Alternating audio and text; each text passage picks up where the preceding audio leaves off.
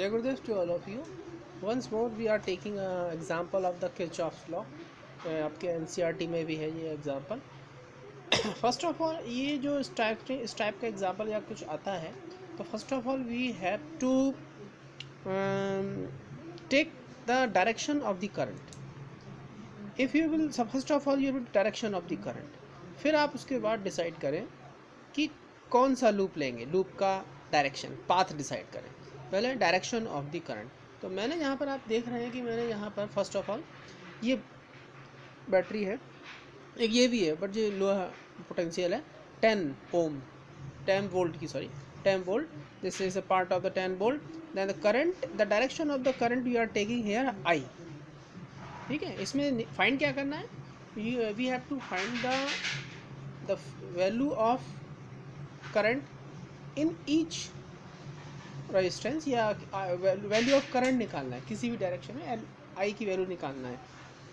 तो first of all we have to take the what is the indication, means I1 ले रहे हैं, I2 कुछ भी ले सकते हैं आप, लेकिन ये अपने ऊपर है, बट लेना थोड़ा सा सोच समझ के है. आई यहाँ से हमने डायरेक्शन लिया, आई पॉइंट यहाँ से 10 ओम वोल्ट की आई करंट फ्लो हो रहा है. अब ये जो करंट है ये ए पॉइंट के बाद बी और डी पर डिवाइड हुआ. तो कंसिडर किया ये डी पॉइंट पर I1 और बी पॉइंट पर I2. ठीक है, I2 हुआ. अब ये I2 करंट यहाँ से B तक गया और फिर जाएगा BC पर, और I1 current is flowing in a side AD, मतलब 4 ओम रेजिस्टेंस के लिए I1 करंट हुआ. अब ये I1 करंट जो हुआ ये फिर से 2 पार्ट में डिवाइड होगा. एक तो यहाँ पर ये बैटरी है, पोटेंशियल बैटरी है, तो ये इसको मान लिया हमने कंसीडर कर लिया I3. ये I3 गया तो ये भी I3 होगा. ठीक है, यहाँ से पॉजिटिव टर्मिनल है, ये I3 यहाँ से होके इन्वॉल्व. अब I3 और I2 दोनों इन्वॉल्व, मतलब इनके थ्रू ये BC पर फ्लो ऑफ करंट हम कैलकुलेट कर सकते हैं. ये I3 incoming, I2 incoming, then the flow of current in 2 ampere is I2 plus I3. ठीक है, ये हो गया I2 प्लस I3. अब I2 प्लस I3 यहाँ से ये आगे गया. अब इसके बाद यहाँ से रिलीज हुआ है I, तो यहाँ पे इन भी I होगा. कितना होगा, I ही करंट इन होगा. ठीक है, तो I करंट जब यहाँ हमको मिलेगा यहाँ पर, तो ये यहाँ से आ रहा है I2 प्लस I3.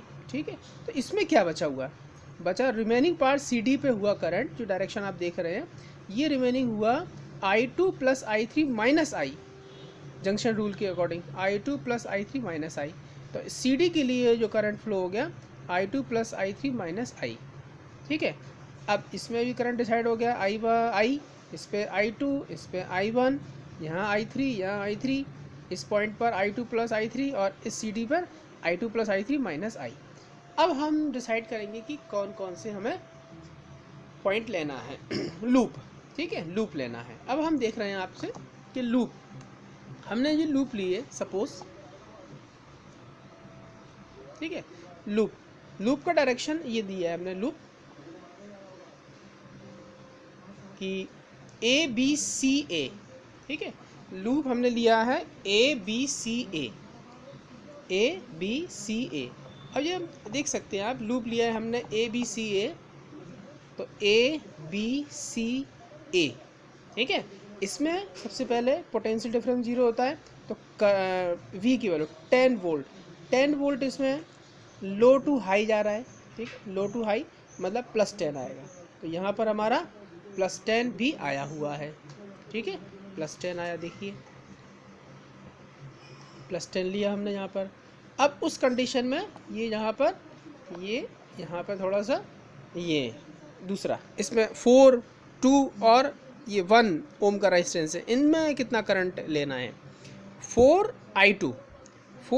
देखिए पाथ डायरेक्शन हमने लिया है ABCA, मतलब क्लॉकवाइज. आप एंटी क्लॉकवाइज ले सकते, जैसे भी ले सकते हैं, रूल्स फॉलो करना है. ABCA, इसमें डायरेक्शन देखिए सेम है, सेम डायरेक्शन है, तो 4I2 नेगेटिव होगा.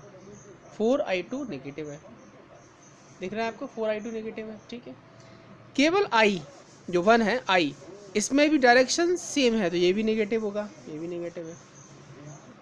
I1 plus I2 plus I3, ये I2 प्लस I3 इसमें भी डायरेक्शन सेम है तो ये 2 ब्रैकेट के अंदर I2 प्लस I3 ये भी नेगेटिव होगा, ये भी नेगेटिव है, इट इज़ इक्वल टू 0।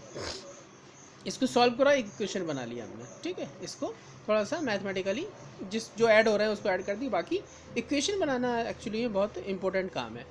अब हम बात करते हैं नेक्स्ट इक्वेशन की, नेक्स्ट इक्वेशन कैसे बनेगा, नीचे वाला, ठीक है।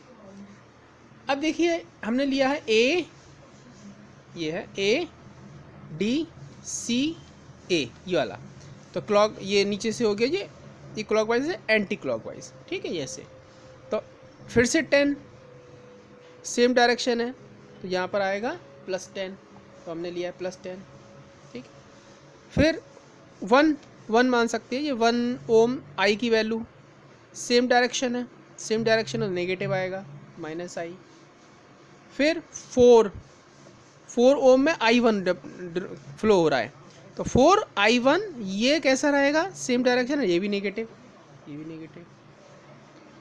थर्ड वाला ये बचा 2, इसमें करंट कितना है, I2 plus I3 minus I, ये पूरा ब्रैकेट में देखिए अपोजिट डायरेक्शन है तो we have to take positive लिया, +2I1 and I2 plus I3 minus I equal to 0। इसको भी थोड़ा सा अरेंज कर लिया, यू कैन सी, अरेंज कर लिया इसको, थोड़ा सा अरेंज कर लिया। अरेंज करने के बाद इक्वेशन बन गया 7I1 plus I2 minus 2I3 equal to 10, और ऊपर वाला ये बना हुआ है हमारा I1 plus 7I2 plus 2I3 equal to 10, ये बना हुआ है, ठीक है। नेक्स्ट इक्वेशन बनाते हैं अब इसके अकॉर्डिंग। अब हम थर्ड ट्राइंगल ले रहे हैं, मतलब जो अपना बचा हुआ लूप है, इसमें हमने B D E B ये लिया हुआ है, then you can see, then loop B C D E B, सही दिख रहा होगा, B C D E E, zoom करके देख लेना। अब इसमें इस कंडीशन में हम फिर से इसका वो लेंगे, लूप के अकॉर्डिंग रूल अप्लाई करेंगे 5, क्योंकि पोटेंशियल डिफरेंस इज 0 तो 5 देखिए ये एंटी क्लॉकवाइज है तो ये डायरेक्शन ये हुआ low to high, low to high के लिए +5 आएगा, तो यहाँ पर हमने जो वैल्यू ली है वो +5। आफ्टर दैट ये जो दिया है 2 एंड ये देखिए इसका डायरेक्शन देखिए और इसका डायरेक्शन, इन दोनों का डायरेक्शन सेम है तो 2I2 plus I3 negative, -2I2 plus I3। Next ये वाला जो अपना दिया हुआ है नीचे, फिर से 2 ओम की वैल्यू है, 2 ओम इस product of I2 plus I3 minus I, इन दोनों का ये भी देखिए सेम डायरेक्शन है, सेम डायरेक्शन है आपका, सेम डायरेक्शन है तो फिर भी सेम डायरेक्शन में क्या लेंगे, फिर से -2I2 plus I3 minus I1। तो इस इक्वेशन से हमारा जो बना, ये जो इक्वेशन ये इससे हमारा जो बना हुआ है देखिए,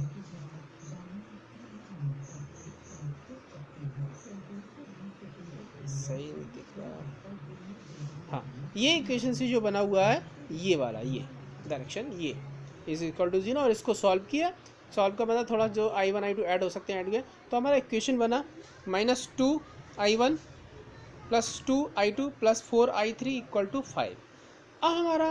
अब आपका जो इक्वेशन बने हैं, ठीक है, अब आपकी इच्छा है, ये इक्वेशन है, मैथमेटिक्स वाले हो, ये तीनों इक्वेशन को सॉल्व करके I1 I2 I3 की वैल्यू निकाल सकते हो।